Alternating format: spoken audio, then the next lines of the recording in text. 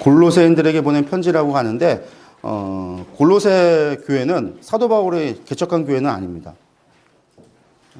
사도 바울이 개척했던 교회가 아니라 그의 제자였던 사람이 세웠던 교회입니다. 에바브라라고 하는 사람이 세운 교회가 골로새입니다. 그러니까 바울 사도의 3차 전도 여정부터 바울 사도가 했던 일 가운데 뭐냐면 1차 때 디모데라고 하는 사람이 제자가 되어지죠. 그래서 2차 때 합류하게 되고 2차를 지나서 3차 정도 가면 제자들이 만들어진 다음에는 사도 바울이 제자들을 파송을 해요. 에베소에서 3년 동안 있는 가운데 제자들을 먼저 보내거나 제자들을 통해서 사역을 하는 일들을 보게 됩니다. 그래서 이 골로새 같은 경우도 에베소에서 에바브라를 갖다 보내서 골로새 교회를 세우게 해서 에바브라고 하는 사람이 골로새 교회의 지도자가 됩니다. 그리고 빌레몬이라고 하는 사람도 골로새 교회의 지도자인데 그 사람 같은 경우도 두란노에서 2년 동안 바울 사도가 가르칠 때에 그 두란노에서 제자가 되었던 사람입니다.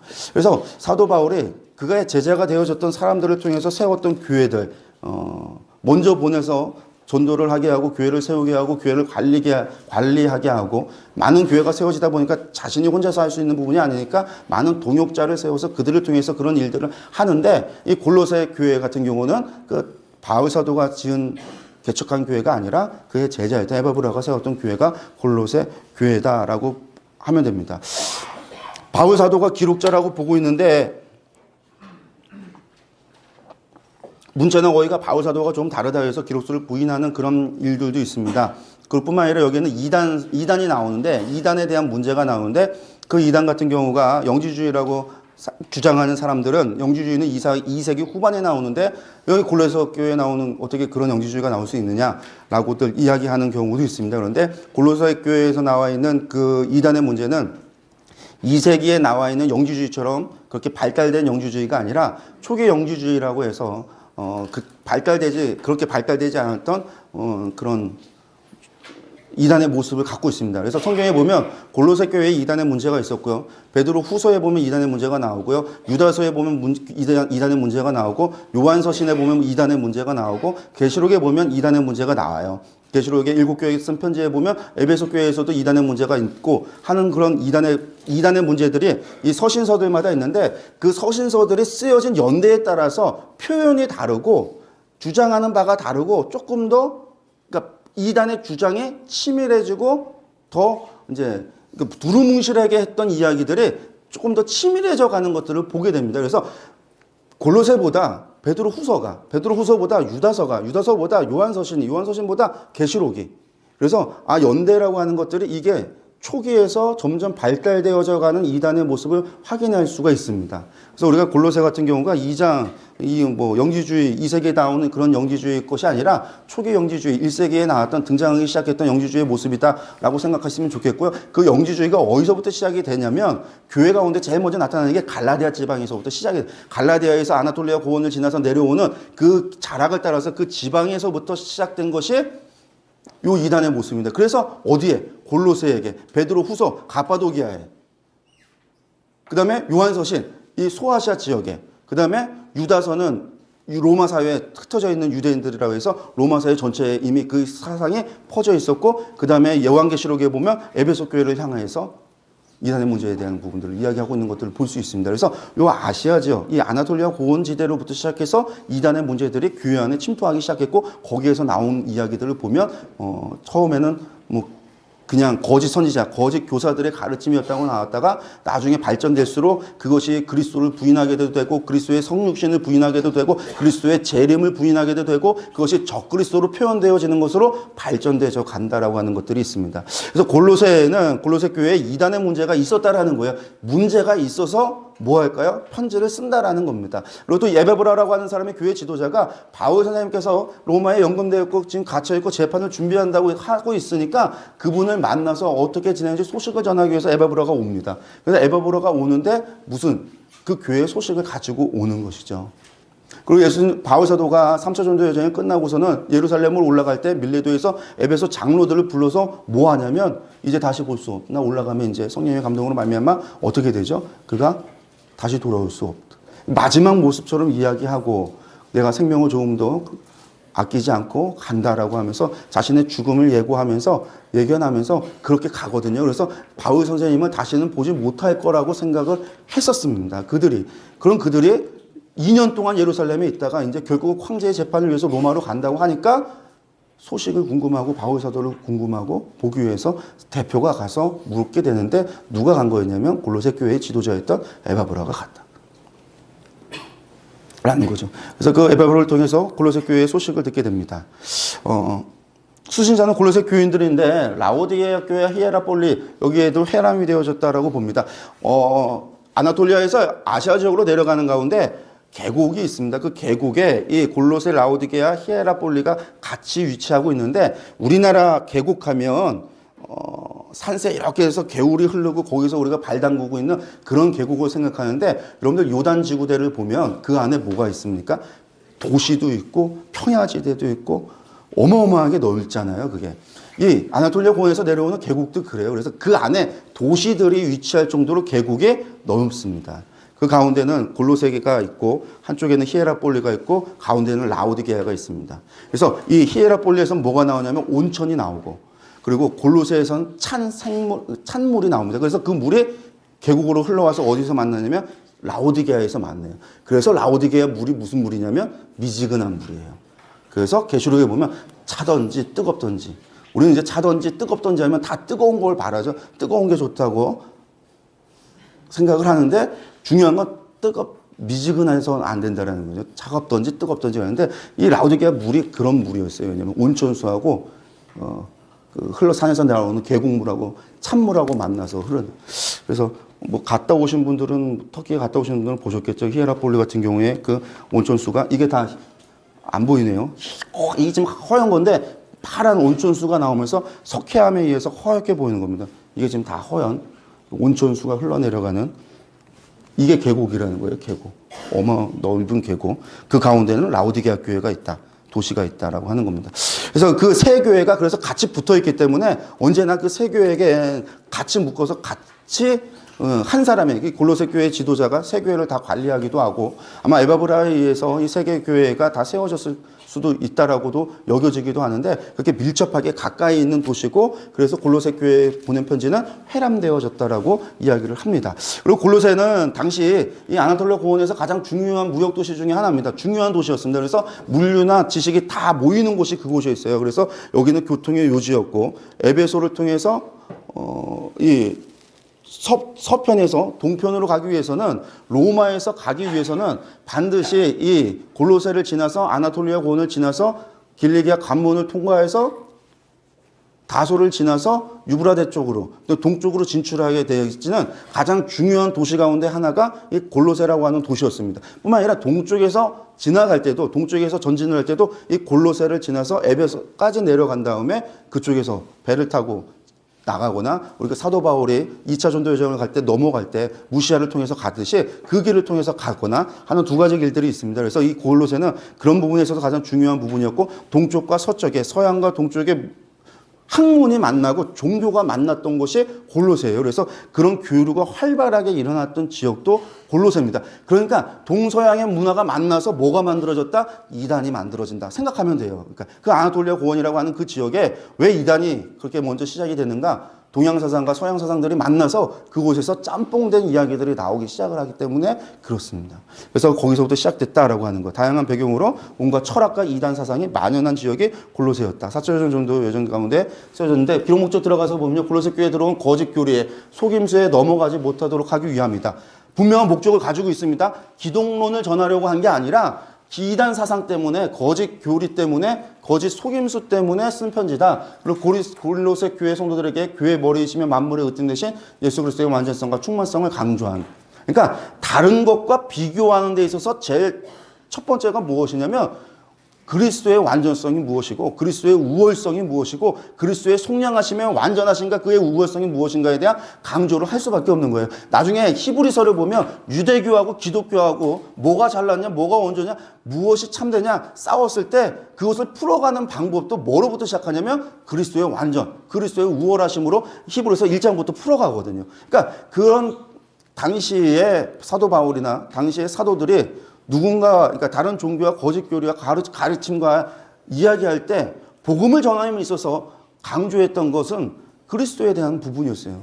그래서 그리스도의 우월성을 이야기하고 그리스도의 사역의 완전성, 그의 속량하심의 완전성에 대한 이야기를 한다는 거예요. 그래서 골로새 편지는 그리스도의 완전성과 충만성을 강조하는, 그러니까 기독론이라고 이야기할 수, 거기에서 후대 사람들이 봤을 때 여기에는 바울 사도의 기독론이 나오는구나. 그리스도의 우월하신 그리스도에 관하여 이야기하고 그렇게 해석을 한 거죠. 그리스도 전파의 그리스도 안에서 새 생활을 할 수 있도록 실제적인 삶을 권면한다. 여기 실제적인 삶이죠. 전체 보기로 들어가면 여기도 두 부분입니다. 4장까지 되어져 있는데 아까 에베소는 몇 장이었습니까? 6장. 골로새는 몇 장입니까? 4장. 그래서 10장이에요. 빌레몬서 몇 장일까요? 1장. 그래서 총 11장의 편지를 쓰는 겁니다. 11장의 편지를 씁니다. 근데 4장인데 딱 반으로 나눠져서 1장과 2장은 앞서 마찬가지로 에베소에서 그리스도의 몸된 교회를 얘기할 때 처음에는 골로새는 교회의 머리 대신 그리스도의 우월성에 대한 이야기를 하고 3장에서 4장에는 그리스도 안에서의 새로운 삶. 이 그리스도 머리 대신 그 그리스도 안에서 우리가 산다라고 하는 것이 무엇이냐? 이것이 그리스도 안에서 새로운 삶에 대한 부분이 3장과 4장에 걸쳐서 나오는 이야기입니다. 그러니까 사도 바울이 원하는 것은 무엇일까요? 그리스도를 믿고 잘 살아가라는 얘기예요. 그리스도를 믿고 잘 살아라. 성도의 삶에 살아라. 그리스도인의 삶에 살아라. 이게 편지를 쓴 사도 바울이 그 교회 성도들에게 요구하는 겁니다. 성경이 우리에게 요구하는 것이 무엇일까요? 하나님의 백성으로 살아라. 그거죠. 하나님께서 원하시는 뜻대로 살아라. 하나님의 말씀대로 살아라. 우리에게 요구하는 것이 하나님의 말씀대로 순종하며 살아라라는 거죠. 하나님의 뜻대로 살아라는 거예요. 하나님 사랑하며 살아라는 거예요. 하나님의 받은 사명 가지고 잘 살아가라라는 거예요. 그것을 위하여 살아가라. 우리의 삶에 대한 이야기, 우리의 삶의 실제적인 변화와 실제적인 모습이 하나님의 뜻에 합당한 삶을 살기를 원하는 것이 하나님께서 원하시는 것이지, 그게 구약이나 신약이나 다르지 않다라는 거예요. 그거 없으니까 삶에 대해서 순종하는 거 하지 않으려니까 뭐 하는 거죠? 해석하고 있는 거예요. 어떻게 하면 순종 안 할까를 해석하는 거죠. 이유를 찾기 위해서. 하나님의 말씀은 해석하라고 준 것이 아니라 순종하라고 준 것이지, 따르라고 준 것이지. 이스라엘 사람들이 여리고성 앞에서 하나님께서 왜 이렇게 요구하셨을까? 이것을 통해 하면 어떻게 성이 무너질까를 연구하고 해석하지 않았거든요. 그냥 순종한 거지. 그러니까 그런 부분들이 우리가 조금 이제 생각을 해보면, 사도 바울을 이 이야기를 계속해서 말씀을 드리는 이유는 우리가 사도 바울을 너무나 신학적으로, 조직신학적으로만 보기 때문에 저희가 지금 이거 시간에 자꾸 반복해서 이 말씀을 드리는 거예요. 사도 바울 편지를, 성경을 피고 실적으로 보시면 우리의 눈에 들어오지 않았던 것들이 아마 여러분들이 이제는 들어올 겁니다. 지금 사도 바울이 이렇게까지 삶을 이야기하고 어떻게 살아가야 되는지 실제적으로 이야기하고 우리의 행동의 변화를 요구하고 요청하고 있구나라고 하는 것들을 보게 된다라는 겁니다. 네. 그리스도의 우월성에 대한 부분이 나옵니다. 뭐라고 얘기했냐면, 그는 몸인 교회의 머리시라. 그가 근본이고 죽은 자들 가운데 먼저 나신 이시니 이는 친히 만물의 으뜸이 되려 하시며 아버지께서는 모든 충만으로 예수 안에 거하게 하시고, 세상의 모든 것이 누구 안에? 예수 안에서 거하게 하신다라는 거예요. 그래서 교회의 머리 대신 예수 그리스도에 대한 이야기를 하고 있습니다. 바울의 수고에 대한 부분들이 나오는데, 나는 이제 너희를 위하여 받는 괴로움을 기뻐하고 그리스도의 남은 고난을 그의 몸된 교회를 위해서 내 육체에 채우노라. 지금 바울도 고난을 당하고 있습니다. 지금 연금 상태에 있는 상태고, 골로새 교회에도, 당시 골로새에도 고난과 박해가 분명히 있었을 겁니다. 나중에 빌레몬이라고 하는 사람이 골로새 교회의 지도자가 감독이 된 다음에 2년 만에 순교를 당해요. 그곳에서 순교를 당해요. 빌레몬서의 수신자였던 빌레몬이 순교를 당해요. 그 이야기는 골로새 교회에 박해가 있었다라는 이야기예요. 그 고난이 있었는데, 자기는 바울 사도가 이야기하는 것은 내가 그리스도의 남은 고난을 내 몸된 교회를 위해서 내 육체에 채운다. 내가 그것에 동참하고 그리스도의 고난에 동참하고 내가 그리스도의 고난을 감당하며 그것을 그것을 내가 행한다라고 하는 이야기입니다. 그래서 내가 교회에 일꾼된 것은 하나님이 너희를 위하여 내게 주신 직분을 따라 하나님의 말씀 이루려 한다. 다른 얘기로 한다면 이 이야기는 너희도 좀 그랬으면 좋겠다라고 하는 마음이 있는 거죠. 나중에 베드로전서를 보면 베드로전서에는 그리스도의 고난에 동참하는 자가 누구냐? 그리스도인이라고 사도 베드로는 이야기를 합니다. 그리스도의 고난에 동참하고 고난을 당하는 자가 하나님의 백성이다라는 거예요. 그리스도인이다라고 이야기하는 거예요. 사도 요한에 가면 하나님의 말씀을 지켜 행하는 자가 하나님의 백성인 거지. 하나님의 말씀 지켜서 행하지 않으면 그는 사단이요 사단의 자식이라고까지 저주를 합니다. 그게 사도 요한이 요한 1서에서 하는 이야기예요. 요한계시록에서는 세상과 싸워 이기는 교회가 되지 아니하면 하나님은 이기는 자에게, 교회에게 주신 약속은 싸워 이긴 자들에게 준다고 그랬습니다. 싸운다라는 건 세상에, 아까 에베소에서 말했던 우리의 싸움은 혈과 육의 싸움이 아니라 세상 통치자들과 권세자들과 그들과의 고난과 박해 가운데서도 신앙을 지키고 그리스도의 사명을 감당해내는 교회를 향하여 이긴 자들이라고 표현을 하고 그들에게 멸류관을, 생명을, 천국을 소유한다, 할 수 있다고 약속을 하고 있다는 겁니다. 그러니까 우리는 행위 얘기하면 마태복음하고 야고보서 외에는 행위에 대한 얘기는 성경에 없는 걸로 생각을 하는데 그렇지 않아요. 그리스도의 고난에 동참하라. 사도 바울의 디모데후서에서 디모데에게 내가 고난받은 거, 루스드라와 이고니아와 더베에서 받았던 그 고난 네가 다 받지 하면서 너도 그렇게 고난을 받아라 이야기해요. 거기서 받은 고난이 뭐냐면 사도 바울이 돌 맞아서 죽었다 살아난 거거든요. 죽다 살아난 건데 그거 본 것처럼 너도 그렇게 고난 받으라고. 지 자식을 무릎으로 낳은 자식, 아마 뱃속으로 낳지 않고 무릎으로 낳아서 고난 받으라고 했을지도 모른다고 생각하면 안 되고, 그러면 안 되고요. 고난 받으라고 이야기하고 있습니다. 그 고난 받지 않으면 베드로 후전서에서는 그리스도인이 아니다라고까지 이야기를 해요. 그리고 사도 바울은 교회를 위해서 자신의 그 고난을, 내가 그리스도의 고난을 내 몸에 육체에 채웠다 이야기하고 있습니다. 그리스도 안에서 행함에 대한 이야기를 합니다. 믿음의 권면을 먼저 이야기합니다. 그러면 너희가 그리스도 예수를 주로 받았으니 그 안에서 행하되 그 안에 뿌리를 박으며 세움을 받아 교훈을 받은 대로 믿음에 굳게 서서 감사함을 넘치게 하라. 머리를 붙들지 아니한 자 하는지라 온몸이 머리로 말미암아 마디와 힘줄로 공급을 받고 연합하여 하나님이 자라게 하심으로 자라느라. 머리로 말미암아, 그리스도로 말미암아. 아까 에베소에서는 장성한 분량이 이도록 자라나라고 했죠. 어떻게 자라나는가? 머리로, 그리스도 안에서, 그리스도로 말미암아 자라나라라고 하는 이야기. 그래서 사람이 정한 규례를 경계하고 오직 그리스도의 말씀과 복음에 따라서 자라날 것을 권면하고 있습니다. 그래서 그것에 대한 이야기가 그리스도의 몸된, 그러니까 가르침, 거짓 이단 교실이나 그들의 거짓 교사의 가르침을 따르지 말고 오직 그리스도 복음 안에서 너희가 장성하라라고 이야기하고 있습니다. 그리고 그러면서 그리스도 안에서 새로운 삶을 얘기할 때 위의 것을 찾고 죽게 하듯 하고 마지막에 이제 인사하는 이야기가 나오는데 이 이야기들은 우리가 너무나 잘 아는 말씀들이라서 첫 번째 3장 1절 말씀 보면